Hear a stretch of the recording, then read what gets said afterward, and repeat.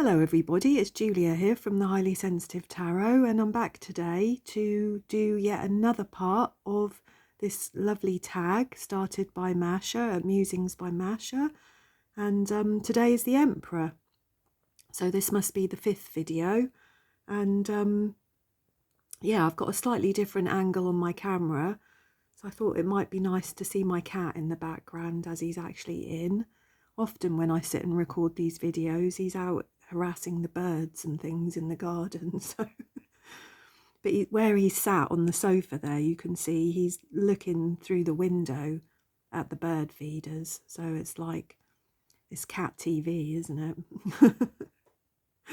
So I've got 5 emperors here to show you. And yeah, I'll get started. So let's go with the first card here.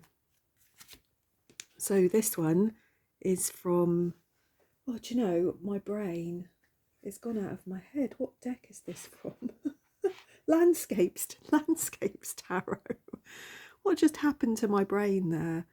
Yeah, so let's just have a look at that, and I'll tell you what I think the Emperor represents, what the Emperor stands for to me. So it's that sort of primal male energy, Aries in astrology. I think the archetype represents power and leadership. It's that sort of masculine principle of the doer, the builder, the father, the patriarch. This card can also represent structure, being in control of your body and your mind, your temper, your environment, your relationships. This card can often give you kind of permission to be bold and outspoken about something, I think, or to be brave about something. I sometimes think that this card could sort of beg the question, really, whether you're actually happy on your throne, you know, as the Emperor, whether your empire and your life has become a burden to you. I tend to think of it in that way, of like, has all of the structure that you've put in place, all the boundaries, all the rules, you know, your little empire that you've built for yourself, has that become a chore? Are you happy on your throne? Are you happy with where you're at? Are you happy with the responsibility that you carry in life? So in its higher realms, really, this is a card of the good father. This is a person who's a maker of solid and stable lives. They have the ability to lead, make decisions, take action.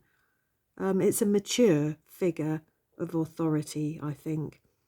But I think the downside of this card, and there is a big downside of this card really, is that the Emperor could easily be a tyrant and a bully without the Empress to balance and kind of tame him. You need to have that yin and yang.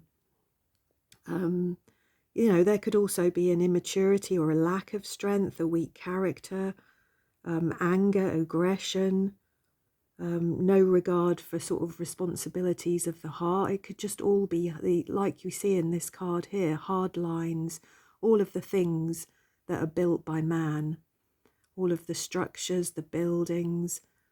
You know, this tower in this card here is blue, isn't it? It's kind of cold. You know, the earth below it is colourful, but the tower itself is kind of cold, isn't it? It's detached, and it's a material thing, isn't it? I think that's what I want to say. It's a material thing. So I also, because I just think you can't have an emperor without an empress. In my head, you can have an empress without an emperor, but not an emperor without an empress. So I have pulled out the cards of the empress for each of these 5 cards to show you. So we can see, can't we, the empress here is all of this undulating, fertile, colourful nature, you know, the land. And then the emperor is all of this structure, these buildings, that reach up to the sky, that are kind of cold. They reach up and away from the earth. You know, you kind of can't have one without the other, I think. So yeah, that's my first emperor, is the landscape tarot. So put those over there. So my next emperor is this one, and this is from the my brain, the Circe tarot, the Circe tarot, which is this deck here. And I think that this is Poseidon. Let me just have a little look. I had kind of always associated the emperor maybe with Zeus, but in this sort of Greek-based little deck here, let's have a look. Oh, this is Oceanus, the last of the great titans. Aha. I was going to say, we've definitely got an emperor under the water there. So he is the emperor of the underwater world, ruler of the natural elements. Strength and power were passed on to him by his parents, Uranus, lord of the heavens, and Gaia, mother of the earth. The union of air and earth has an alchemical effect. Thus, Oceanus's power comprises all strength and resolve. He commands the hidden elements, the waters, and the storms. So yeah, his keywords are power, responsibility, and authority. And as I said, I pulled out the Empress there as well, who's beautiful actually in this Circe tarot, isn't she? Just lovely. So yeah, so this is the Circe tarot. Okay, so my third emperor is this one. Do you recognise the back? I'm sure you do. This is the emperor from the Haunted House tarot, which is this one by Lo Scarabeo. And I just like, I mean, I don't like this image. You know, anybody who shoots animals to put their head on the wall is just a miserable excuse for a human being, as far as I'm concerned. But this to me does represent much of what that kind of emperor energy is. You know, he's in command there. He is wielding his power over the animal world. You know, he's got his globe there. He may well have travelled around the world. He's a mature man. He's the head of his family, I would expect. So, yeah, this is probably just a man of his time, isn't he? And here is the Empress from the same deck, which is beautiful again, isn't it? She's feeling her belly there, maybe feeling the life that's just starting to grow in her belly. And I think that's the contrast between these two cards. She's feeling the life that's now growing in her belly, and he's standing there with the things he's killed. So there we go. So that's the Haunted House. My next lovely emperor, and this one is a lovely emperor. I like this one. I think I'm quite partial to the horned god type emperors. This is from the Druidcraft tarot, and this is the Lord. And I just like this. I mean, he's big and beardy and strong and gorgeous, and you know, everything you'd want in a man, really, isn't he? So and this is his beautiful Empress. This is such a lovely deck, isn't it, the Druidcraft? They're both just glorious, really. Yeah, I haven't really got anything else to say about that. I just like that he looks very masculine and very virile. That's it.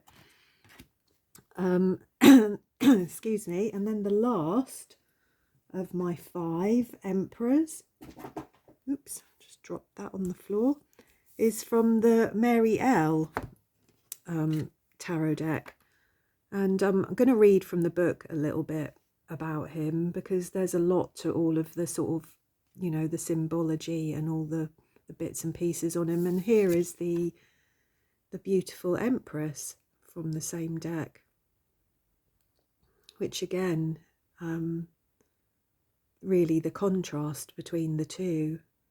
We've got the sort of the giving of life, the nurturing of life, and potentially the taking of life here with his sword. So let me just find the page and I'll read a little bit. The Emperor card in a deck really is not a deal breaker for me. It's not something that, you know, would make or break any kind of deck that I was going to be buying. So it says here, the Emperor takes the diversity and abundance of life from the Empress, and he organises it and puts it in order. He imposes law on it. You know, and in many ways that's a very necessary thing in life, isn't it? He is number 4, and as such he is extremely stable. He is the embodiment of the idea of earth. He is the earthly father archetype and king of kings, ruler of the 4 quarters of the earth, the 4 pillars that hold up the heavens, and the 4 sides of a pyramid, stable and square.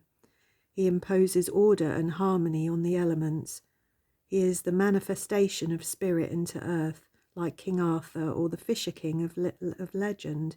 He is the land. He and the kingdom are one, as if his own body were divided up into mountains and plains, oceans and deserts. The fate of the land is his fate. So all of the 4 elements are represented in this card. The dragonfly and red clothes for fire, the pentagram on his hand, and the malkuth coloured ring for earth, the blue stone in the hilt of the sword for water, and the sword, which is really a phallus, channeling it up into the air with the clouds and lightning and birds. Is there anything else here? So it just says, father figure, benevolent leader, protector and provider, master of your home, house, kingdom, in control, in command, order, limits, boundaries and stability. So there we go, this beautiful Empress and Emperor. We can't have one without the other, can we? They both have their positives and their negatives, and they are the yin and yang. They're necessary. So there we go. There are my my lovely emperors and my lovely empresses as well. I thought I'd sneak them in just so that we could see that contrast between the 2 energies there. So I hope you enjoyed that anyway, and as usual, please do say hello. I love to say hello to people, find out how everybody is. I hope that you're all well. And just to say at the end of this video, thank you so much to everybody who lit a candle or said prayers or put out any kind of love and healing for my friend's little girl Isabella. She's still extremely poorly. She's off to Addenbrooke's hopefully today. She's not responded to any of the therapy that they've given her. Her brain is swollen and she is extremely poorly, to be honest. So I would really, really, really appreciate your continued thoughts for little Isabella, please. And I shall see you all again soon. Thank you.